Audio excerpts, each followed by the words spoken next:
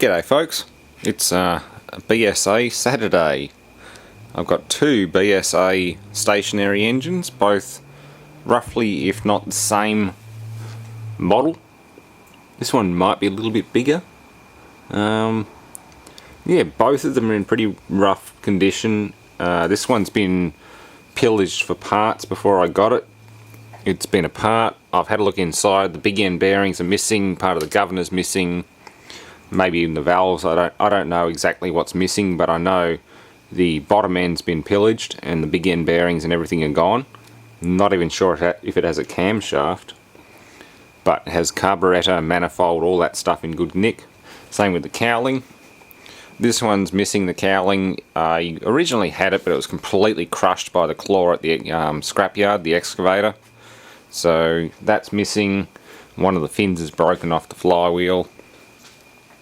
Well, actually no, that's a bolt-on piece, so I can just unbolt that and remove it and replace it with something else. So that's not bad. Carburetor's smashed off, exhaust muffler's smashed off. It's pretty rough, but it doesn't look like it's ever been apart, unlike its donor. So I'm thinking strip them both down, clean everything up, jumble them all together in a box and just build something out of the parts which are closest to original specification, or at least good enough to work. I'm not sure if there are any piston rings on that one, given they've had the whole thing apart. They might not have had the head off it. If they haven't, well, they're probably good rings on it, but again, I'll find rings that are good enough. And obviously this one's the only donor for big end bearings, given the other ones are missing. The magneto is in a box in pieces. It has no spark.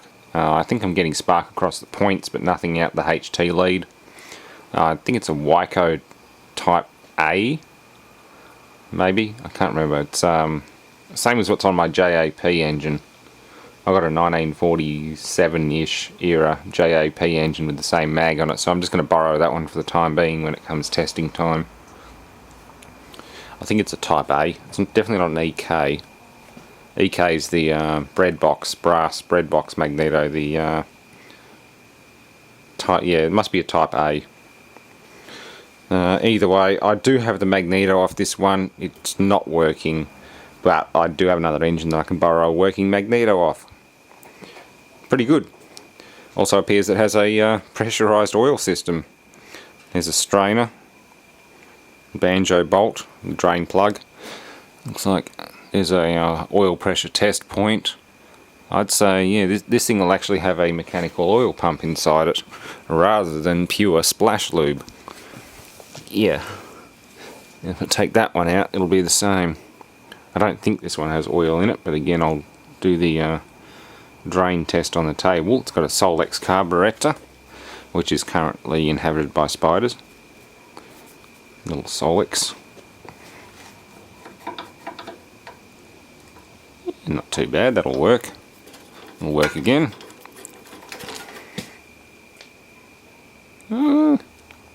Yeah, I can see the top of a valve. The valves are still there. It looks like they've just robbed the bottom end. Bottom end bearings are gone. Like literally missing. Classic BSA fuel tank, full of rust. Not ideal. Does still have the nice little decals on it though. If I do have enough parts to get it to work again, I won't paint it. I'll just give it a wipe down, probably with a bit of light oil, and just leave it as it is. Yeah, 420cc, governed speed engine, lubrication oils, specification chart. Yeah, BSA Motorcycles Limited, Birmingham, England. Beautiful.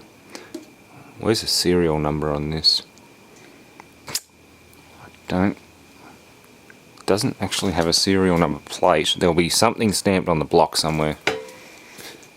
I reckon there's a casting number. I reckon there'll be a more individual stamped number somewhere. That'll show up when I start cleaning everything up. I'm just going to strip everything down. It'd be tempting just to get the valves freed on this and try and make it run, but to be honest, I'd I'm more interested in actually stripping both of them completely apart. Put everything together in one box, apart from the busted bits, like the fins from this flywheel can go in the bin. This manifold and carburetor, I'll keep the manifold, but the what's left of the carburetor body and everything, yeah, that's had it. So broken bits can go in the bin, but everything else can get cleaned up, put in a box, mixed up, and I'll build one out of the lot. How does that sound? Should be a bit of fun.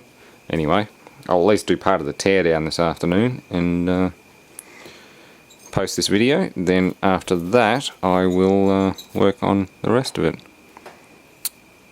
Big old plug. Very dirty, rusty plug. Neither one of them are going to be very happy. They're going to be pretty grumpy little engines. But when they're running, they sound good. These engines do sound good when they're running. When cleaned, the underside of the fuel tank reveals the lovely burgundy colour they originally painted these. That's really nice. But with so much rust and the fact that I've got original decals to try and preserve, I might just leave it as it is. I don't know. I know you can get these decals as replacement items for restorations, but I don't know. I've done a lot of engine restorations, but to be honest, I like them to be in their working clothes when they're done. It's just some of these, I don't know, they're not that far gone. They're just very oxidised. It's almost ready to come off. Everything's been taken apart before. They're just spun on. There's a magneto. Drive dog. Yeah, everything's half removed. But yeah, it's the original burgundy colour. Very nice. So all that can stay in there, and I'll keep stripping this one down while that one keeps draining. This one I don't think has any oil in it, but once it's light enough I'll lift it up on the table. They are quite heavy. They're well made. Yeah, the cowling itself is beautifully made and painted inside and out with that beautiful burgundy paint. It would be nice to get a colour match to that and actually remake or repaint one of these in that colour. I mean, keep the block, just buff it with a wire wheel, aluminium castings, all natural, matte black on the iron, and burgundy on the steel cowlings. That would look really nice. But it's a hell of a lot of work. I want to see if this thing's going to work to begin with. Then either I'll do a full restoration, or I'll find somebody else who wants to. I've got plenty of projects like that I don't have time for, but these two, I've been hanging on to them because I want to see what I can do with them. That one, well, that can wait. It's a Briggs type N 24 volt charging set. I can get parts for that any time I want, I just don't have time for it. These two little babies, I've got all the parts I need right here, and I want to see what works. This one's definitely the rougher of the lot. That head's definitely a keeper. We'll just evict the wasps that have made a nest in the top. This head here, quite beat up, more than likely scrap. Same with all that. Yeah, this is a really smashed up one, but again, most of these parts I've already got because they're the same model, which is awesome. Oh, another thing, that's where the oil breather was, and it also has, ta-da, something you don't often see on a small engine, a proper dipstick. A lot of the time, well, you do get a dipstick on small engines, they're just on the screw-in plug. This one actually just drops in like a automotive dipstick, engine dipstick. Yeah, not bad. And it has a wire mesh breather inside it.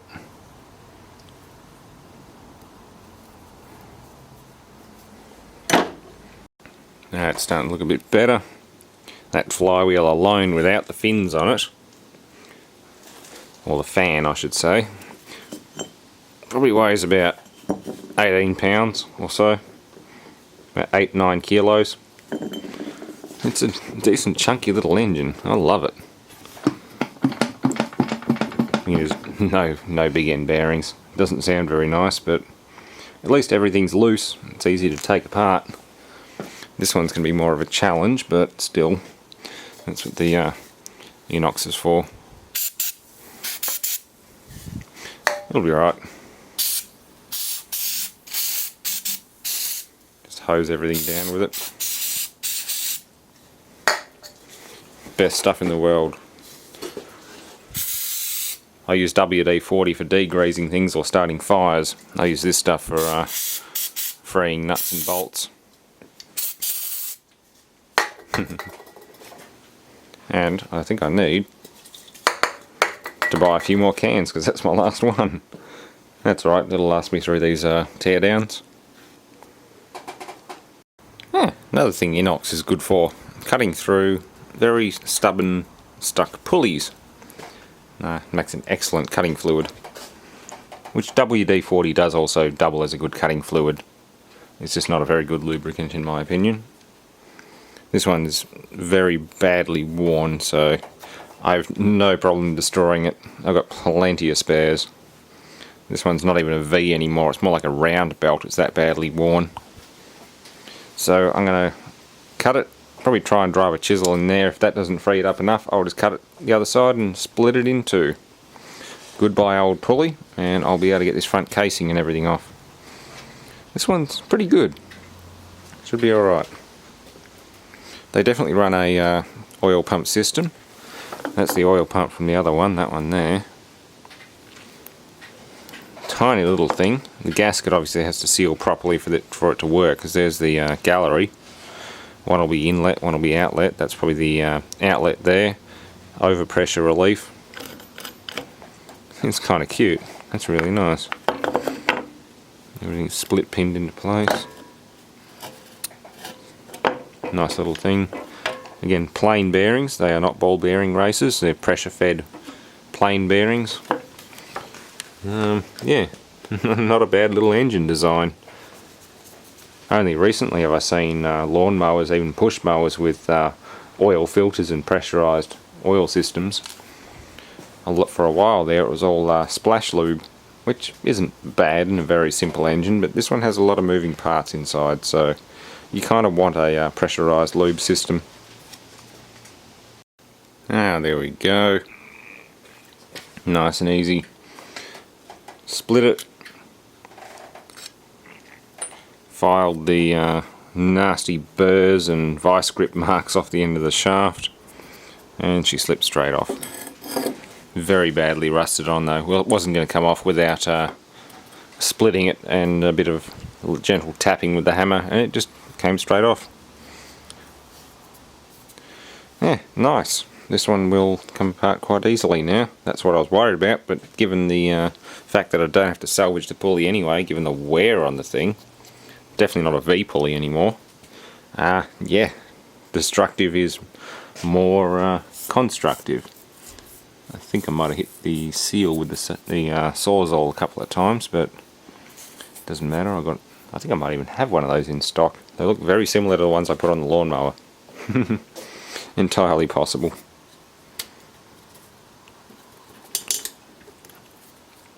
No, that's wide in there.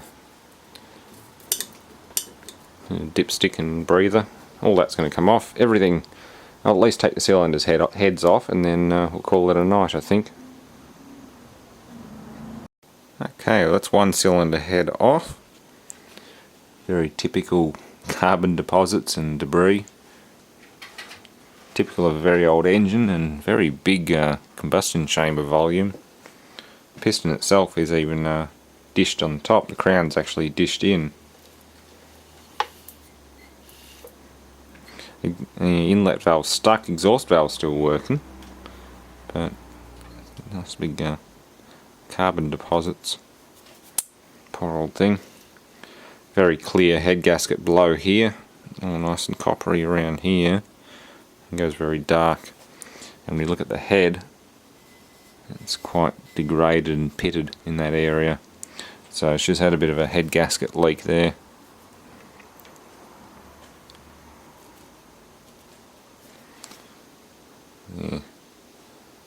The valves will be salvageable. I've just got to free this one up and see what's left in the other engine, if there are any valves left at all.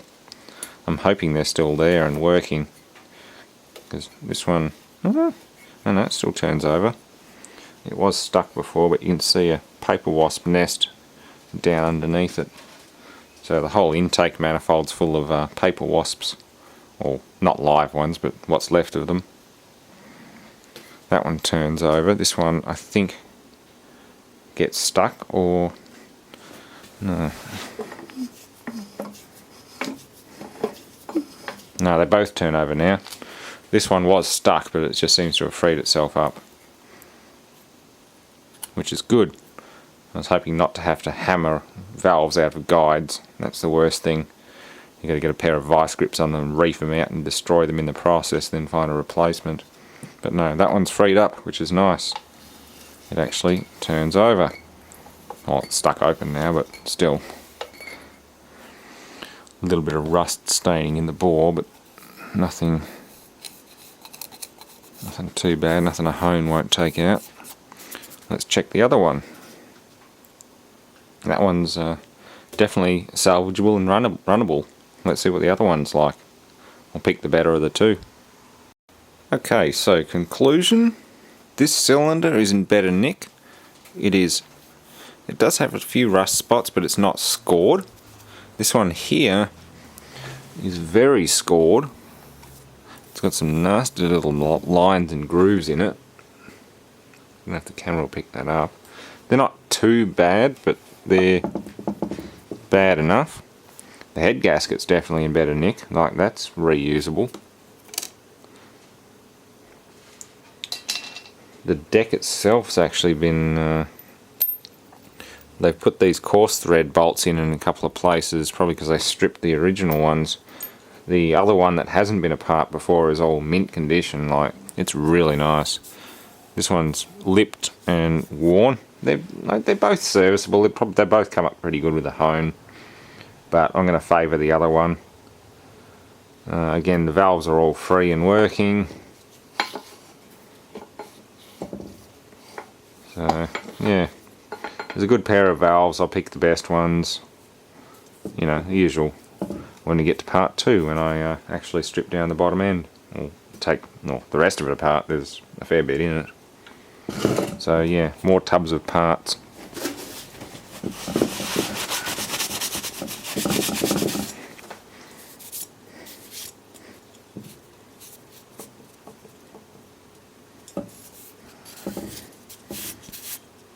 And a few little marks on there.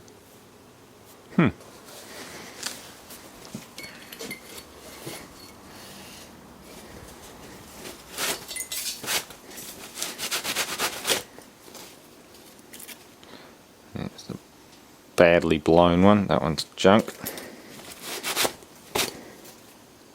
Yeah. Interesting. Definitely a nice big engine, 420 cc's. Anyway, thanks for watching.